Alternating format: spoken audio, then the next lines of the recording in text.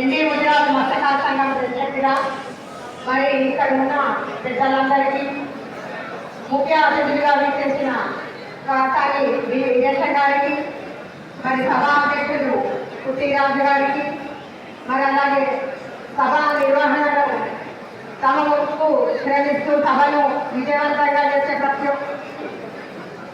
తలారి విద్యాపతి గారికి ఇంకా మిగతా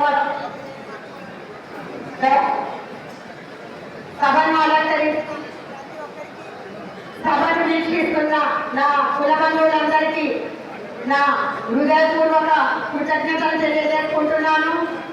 మరి మీ విలువైన సమయాన్ని వెచ్చించి మన ముదిరాజుల ఐక్యతను చాటడానికి ఇక్కడ విచ్చేసిన ప్రతి ఒక్కరికి పేరు పేరున నా కృతజ్ఞతలు తెలియజేసుకుంటున్నాను.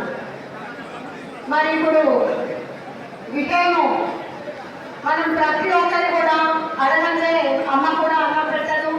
మరి అలాంటిది మన తెలంగాణ రెండవ ముఖ్యమైనటువంటి యనమల రేవంత్ రెడ్డి గారు మనకి ఇచ్చిన మాట ప్రకారం మరి ముదిరాజులకు పిలిచి దీనిలో ఏదైతే వాగ్దానం చేశారో మరి దాన్ని మనం అడగడంలో విఫలమవుతున్నాం.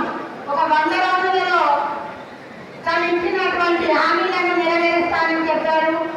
మరి అలాగే కామారెడ్డిలో కానీ ఇంకా నారాయణపేట అనుకుంటా అక్కడ కూడా మరి వాటర్ క్లియర్ గారిని మంత్రి చేస్తానని మనం మాట ఇచ్చిన విషయము మనము చాలా డిలే చేస్తున్నట్టుగా అనిపిస్తుంది. అడగండి అమ్మకు కూడా అన్నం పెట్టారు కాబట్టి ప్రతి ఒక్క బిడ్డలకు కూడా హక్కుంది. మన హక్కులను అడగడంలో ప్రశ్నించడానికి ప్రతి ఒక్కరికి హక్కుంది. మనం రాజ్యాధికారం లేని అందుకని మనం ఈ రోజు కేవలం బాధితులాగా బతుకుతున్నాం. 75 సంవత్సరాలు అయిపోయింది స్వతంత్రం వచ్చి, కానీ మనం మాత్రం అక్కడి నుండి ఇప్పటి వరకు కేవలం బాధిత బతులు బతుకుతున్నాం. దీనికి నాయకులు ఎవరు? మన నాయకులు లేక మనమా? మనం ఎందుకు ప్రశ్నించలేకపోతున్నాం? కేవలం ఒక రెడ్డిలో 10% ఉన్న వాళ్ళు మరి మంత్రులు, ఎమ్మెల్యేలు, ఎంపీలు మంత్రులు అవుతున్నారు. జగన్లో ఎంత ఉన్నారు? వాళ్ళు రెడ్లు మెరమలైన రాజ్యం వాళ్ళు రైతాధికారాలు వహిస్తున్నారు. మరి బీసీలు అంతా నిద్రపోతున్నారా లేక ఆలోచించే శక్తి లేదా?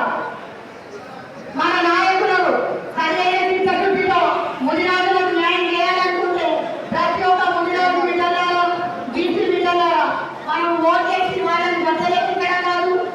బీసీలంతా ఏకమైతే బీసీల రాజ్యంలో వస్తుంది. ఎందుకని ఈ విషయాన్ని మరుస్తున్నారు?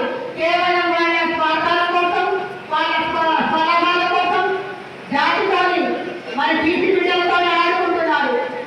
ఎన్ని ప్రభుత్వాలు వచ్చినా మరి ఎందుకని సీట్లు ఇవ్వలేకపోతుంది? ఎమ్మెల్యే సీట్లు ఇవ్వని మరి అదేవిధంగా మనకు కేసీఆర్ గారు అన్నారు ముదిరాజు బిడ్డలకు ముదిరాజు చనిపోయిన రాజైనా కేవలం మాటలైతే చెప్తున్నారు. అలాగే రేవంత్ రెడ్డి గారు అన్నారు ముదిరాజుల బిడ్డతో మరి రాజ్యం వేస్తున్నారని. మరి ఈ రోజు మీరు ఏం చేస్తున్నారని మన రేవంత్ రెడ్డి గారిని ప్రశ్నిస్తున్నారు. 100 రోజులు అయిపోయింది, 300వ రోజు దగ్గర వస్తుంది. కేవలం ఒక కుమారి లాంటి మాటలకు స్పందించిన రేవంత్ రెడ్డి గారు ఆమెకు మరి జాతీయ స్పందించారు. మరి మా 60 లక్షల ముదిరాజుల ఆకాంక్ష చిరకాల ఆకాంక్ష అయినటువంటి మరి బీసీ నుండి బీసీ ఏకు తేవాలని 60 లక్షల ముదిరాజుల గణం మీకు వినిపించడం లేదా?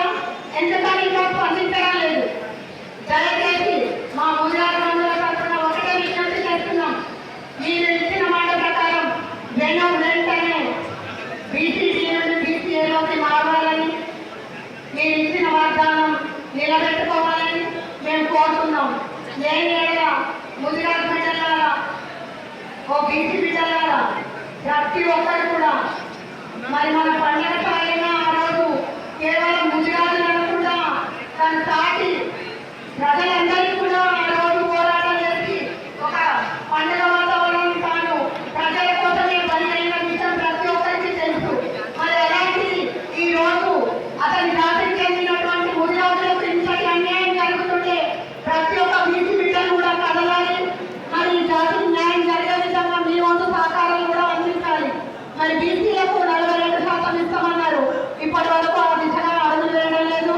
మరి ముదిరాజులకు రిజర్వేషన్ ప్రకారం మనకు రావాల్సిన జనాభా సమాచార ప్రకారం మరి ఇప్పటి వరకు కూడా ఎలాంటి కదలికలు లేవు ఈ ప్రభుత్వానికి. కాబట్టి సమయం లేదు ప్రతి ఒక్కరు కూడా మాట్లాడాలని మరి నేను ఒకటే విజ్ఞప్తి చేస్తున్నాను. నాది ఒక డిమాండ్ అనుకోండి, విజ్ఞప్తి అనుకోండి.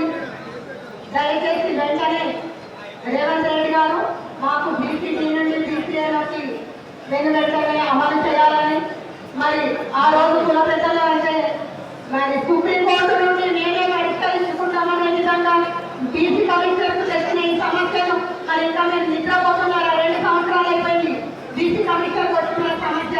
దయచేసి ప్రతి ఒక్కరు కూడా స్పందించి ముదిరాజులకు ఇప్పటికన్నా న్యాయం చేయాలని. లేని ఎడల మరి ప్రతి ఒక్క బిడ్డలారా మీరు రోడ్లపైకి వచ్చేసి మన హక్కుల గురించి పోరాడితేనే తప్ప మన హక్కులు సాధించుకోలేము. నష్టపోతున్నది ఎవరో ఒక్కసారి గుర్తించండి. మన నాయకులు నష్టపోతలేరు, ప్రతిపక్షాలు నష్టపోతలేరు. ప్రతిపక్షాలు నిద్రపోతున్నాయా? మరి ముదిరాజులకు ఇంత అన్యాయం జరుగుతుంటే ప్రతిపక్షాలు ఎందుకని స్పందించలేదు, ఎందుకని ప్రశ్నించలేదు? మరి బీజేపీ అయితేనేమి, అలాగే టీఆర్ఎస్ అయితేనేమి ప్రతి ఒక్కరు కూడా మీ వంతు ప్రయత్నం చేసి ముదిరాజులకు బీసీ నుండి బీసీలకు మార్చగలగా ప్రయత్నించాలని మేము కోరుతున్నాం. ప్రతి ఒక్క ముదిరాజు బిడ్డల ఇక్కడ నష్టపోయేది మనము. మన పిల్లలకు